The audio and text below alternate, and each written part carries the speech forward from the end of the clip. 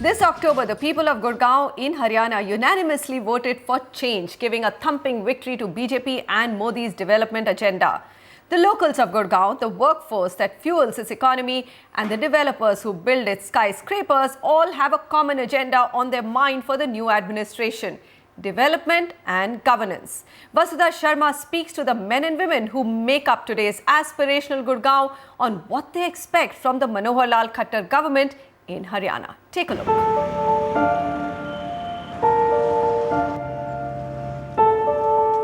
The inside story of Gurgaon is for all to see. Waste collection and segregation looks like this in the so-called Millennium City. Residents claim waste management is Gurgaon's biggest emergency today, with garbage dumps like these scattered unmonitored across its residential sectors. अगर MCG को पूछा जाता है जो garbage हम dump करें street से और विलेज से लेके जाके जो हम कहाँ करें, वो कहते हैं जो किसी भी एक जगह पे आप डाल दो, तो वो कॉन्ट्रैक्टर को फोर्स करते हैं जो आप जगह ढूंढो और आप कहीं पे भी. I think there needs to be an apex agency in Gurgaon which handles all the civic issues of Gurgaon. The problem with waste management or road management or street lighting or any other issue is that there is a multiplicity of agencies with very poor, very low accountability and responsibility, and they just keep on passing the buck to each other. Apart from waste, another victim of the overlapping roles and turf battles between the three agencies is Gurgaon's road infrastructure. Stalled in a legal deadlock since the last few years, the Dwarka Expressway is Gurgaon's most awaited road project because it will stitch together all the new residential sectors which are inaccessible till now. Gurgaon's planning body Huda has been unable to resolve the contentious land acquisition issue of this road project. And today, everybody from builders to those who want to live and work in Gurgaon expect a speedy execution of this project by the new administration. Stuck in a similar legal dispute is the southern peripheral road that has to connect all the new sectors between Sohna Road and NH8. Master and sector roads along with street lighting and sewerage in Gurgaon's new sectors should also get moving. Gurgaon's new administrator at the Haryana Urban Development Authority says he is mindful of the tasks ahead and assures his team is already on the job. Water self-sufficiency is a major issue. There are already existing water treatment plants which are in operation. But in addition to that, two new plants are coming up. The source of water supply is also being strengthened. So in the coming about 3-4 years, we are going to meet the future demand. Apart from the demand of infrastructure and concerted governance, Gurgaon's economic backbone, its real estate industry too, has a clear demand from the new BJP-led administration. Single window, I've been saying that for a long time. So single window, one is when you give a file into a single window for all approvals to come in. That's the easy part. The difficult part is to put deadlines to when the approvals can come in. With Gurgaon contributing about 55% to Haryana's revenues, the general feeling among its residents is that the city is treated as an ATM for withdrawals, with no deposits coming in to lay down a sustainable city structure. Gurgaon needs a vision and a master plan, not for cutting new sectors, but to lay down sustainable infrastructure. With camera person Prem Singh in Gurgaon, Vasudha Sharma, NDTV.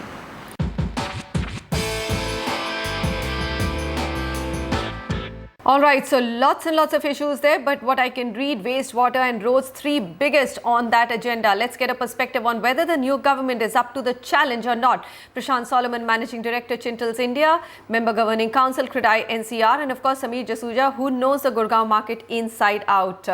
So Prashant, welcome to the show. First of all, let's start with the big project, which is stuck, has been stuck. The real estate market is there, turned euphoric, went up, Dwarka Expressway, but there is no expressway. What do you think? So the litigation part of it, it's government agnostic, isn't it? So do you think that the new government can actually move things on that front? Well, I think that, it's, of course, as you said, it's because of litigation, but there have been a lot of positive steps that have happened. People have started being assigned alternate plots, but this thing takes time.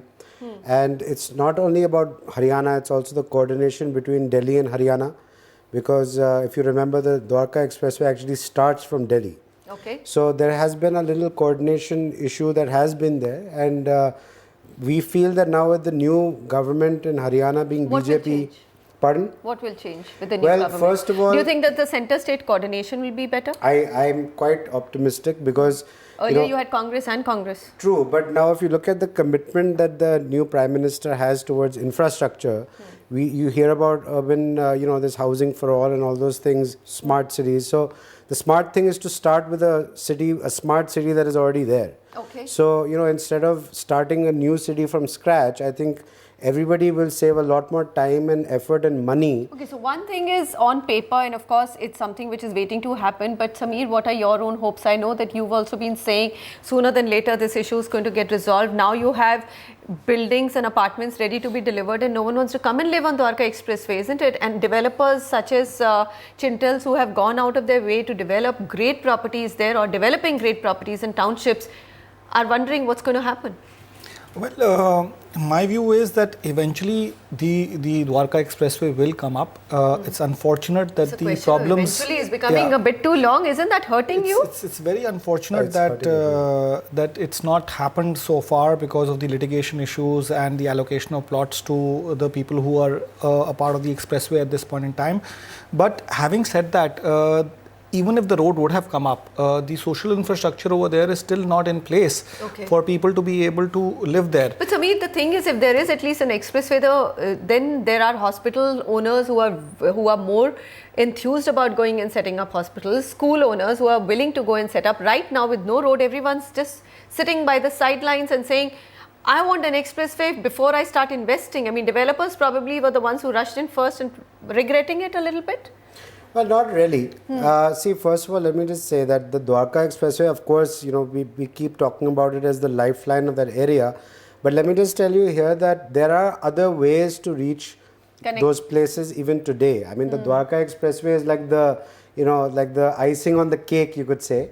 But there are sector roads which are already been constructed. The 75-meter roads have already been built in sectors 109 and 108, 60-meter roads. So road connectivity is there already. Of course, the Dwarka Expressway will be the main road, but as Sameer said, it's a question of time. And well, we just hope that the new government is up to the task. That was the big. Keep in mind, that Gurgaon, the main Gurgaon as we speak, has taken 20-25 years to where it is right now. And even then, we speak about bad roads and potholes and so on and so forth. And we are. The story was a big eye-opener. So tell me, Prashant, what else is then? So there's Dwarka Expressway, there is SPR. We can only hope that and keep our fingers crossed that, with under the new government, things will move. The other big question that there are 3 different civic agencies, governing the city of Gurgaon, whether it's Huda and the other 2 agencies, and the coordination problem is a big one.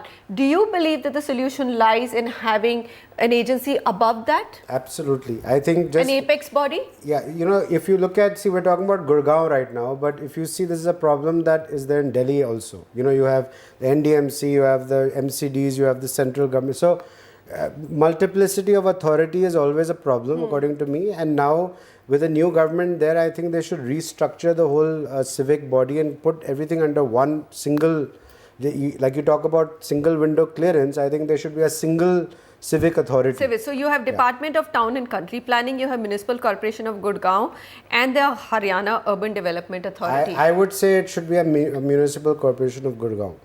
And Gurgaon has to be treated as any large city, and if you look at anywhere in the world, it is always the city government which is the main government that will decide on civic issues. So I think that the Municipal Corporation of Gurgaon should be empowered, and that should be looking after these, at least the development activities. And the buck should also stop with it.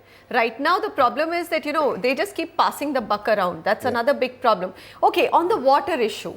So we'll come to the waste disposal. I know that it's a big mess. Roads, we can just hope that with the new government's focus on infrastructure, those will at least take a priority. But what about things like water? I mean, everyone talks about, CSE says that water is disappearing, water tables are falling. Do you think that will get resolved? You know, Manisha, see, water is a problem that is being faced all over the country, not just in Gurgaon. Right. There's a problem of water in Delhi also. So I think the best way is you have to build, you know, of course it's a long-term thing, but you have to have a better system of canals. You have to have, you know, maybe some groundwater has to be used, because I think when you talk of environmental issues, yes, but you know, if people Are all are the living, developers doing something as basic as rainwater harvesting? oh Are yes, they? yes. Now rainwater harvesting is a Really? mandatory part of the new master plan of Gurgaon. So all of the projects that we are developing, you know, when they're developed, you're going to have rainwater harvesting, Okay. which is mandatory. All right. So we are all living on hope that, okay, the new government will catch the bull by its horn and Yeah. then fix everything for us. If there were three immediate things that you would want from the Khattar government, what would those be? See, of course, one is the Dwarka Expressway, which is the, you know, the main access lifeline. Second would be the actual infrastructure in Gurgaon and actually spending more money of the EDC collected Yeah. in actual Gurgaon. We've done that story Okay. on where that EDC So, money is gone, yeah. or it's we know where it Yeah. is. It's lying in the banks. It has to be Absolutely. spent now. So there has to be a complete transparent mechanism of allocating and spending those funds of the EDC. and you that think the funds are enough, Prashant, to actually? I think the funds are completely enough. I mean, change? because, you know, I mean, they've collected a huge amount of money, and I think that the funds should be enough. But having said that, I think a PPP model could also work well. I mean, you could have, for example, take the sewage treatment we just saw. I think, you know, you can have a PPP model where the government need not do everything. Absolutely. Involve the private sector also. You can involve the private sector in roads.